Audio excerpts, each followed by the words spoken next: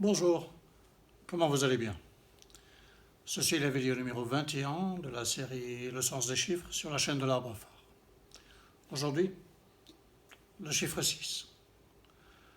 Le chiffre 6 a souvent une mauvaise réputation, une mauvaise image. Et pourtant, je vais vous démontrer le contraire, combien il est important. Le 6, graphiquement, c'est quoi d'abord? C'est le miroir dans le bas du 9. Vous voyez que le 9, c'est un rond prolongé par un arc de cercle qui va vers le bas. En fait, le rond, on l'a vu, c'est l'énergie source, l'énergie divine, représentée par un cercle, par l'unité, qui transmet cette énergie vers le bas. Le 6, l'arc est vers le haut, il va chercher l'énergie transmise par le 9 pour la faire circuler dans le bas, dans la matière. Le 6, en fait, c'est le rythme de la matière. Il est le pôle, un des deux pôles du 9. Vous savez que le 9, c'est l'énergie centrale et universelle qui est polarisée en 3, qui représente la partie spirituelle, le pôle spirituel, et le 6 qui représente le pôle matériel. D'accord? Le 6 est en même temps la mesure du rythme de l'évolution de la matière. L'évolution de la matière, principalement exprimée par la notion du temps. Le temps, on avait dit, le 4, par exemple, le chiffre 4, représente, entre autres, les 4 cycles de l'âge. D'accord? Eh bien, le 6, ça va plus loin. Ça mesure le temps de l'évolution de la matière. C'est pas pour rien, d'ailleurs, que les Sumériens, dans l'Antiquité, sont passés tout d'un coup du chiffre d'un calcul décimal sur base 10 à un calcul sur base 60. 60, c'est 10 fois le chiffre 6. Pourquoi 60? Parce que dans une heure, il y a 60 minutes, dans une minute, il y a 60 secondes. Rappelez-vous que ma combinaison 4, 3, 2 ici, 432, si je multiplie par 60, j'obtiens le nombre 25 920, qui est exactement ce qu'on appelle la procession des équinoxes, donc le temps que fait la Terre pour tourner sur son axe. 6, c'est donc l'un des deux pôles, et c'est en même temps la mesure du temps. Et il est représenté symboliquement par un hexagone. Donc si je prends cette feuille-ci, vous voyez cet hexagone ici, il représente le chiffre 6. Et vous voyez que j'ai autour de l'hexagone, sur le cercle à l'extérieur, la combinaison que vous connaissez, 1, 4, 2, 8, 5, 7. 1, 4, 2, 8, 5, 7, qui est une combinaison, qui est un espèce de code secret, comme vous le savez, et est formé de 6 chiffres. 6, c'est, donc le 5, c'était l'esprit qui règne sur la matière, le 4 qui est gouverné par le 1, le pouce qui donne du sens aux 4 autres doigts. Le 6, c'est cette matière régie par l'esprit qui va évoluer à un rythme qui est de 6 temps, si vous voulez. Ok?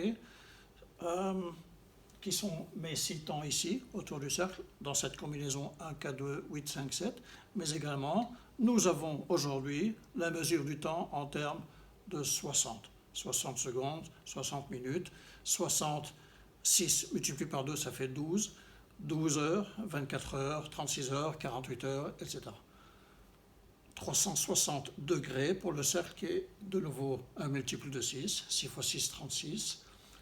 Et remarquez que le 6 est aussi un chiffre parfait mathématiquement, puisqu'il représente la somme des 3 premiers chiffres. Vous savez, notre trinité divine, 1, 2, 3.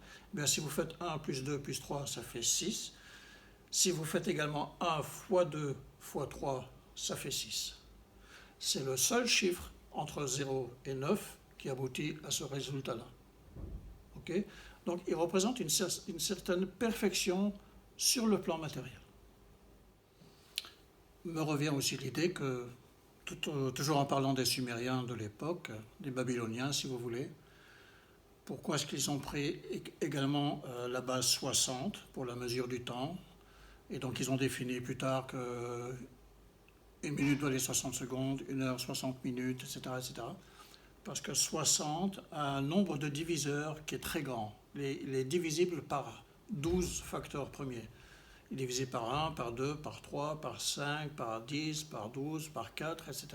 Si vous faites le nombre, la somme du nombre de facteurs qui est divisible, 60 divisé par autant de facteurs, vous arrivez à un chiffre 12, ce qui est énorme et qui est donc très utile pour l'utilisation de la base 60 comme mesure du temps.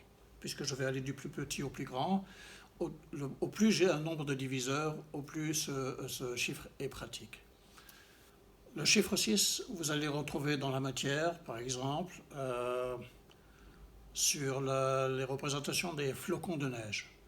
Chaque flocon de neige est totalement différent de tous les autres. Mais allez sur Internet et cherchez sur Google Images la forme des flocons de neige, vous verrez que dans tous les flocons de neige, c'est toujours le schéma du flocon, le dessin du flocon est toujours sur base 6, c'est-à-dire qu'il y a 6 axes symétriques.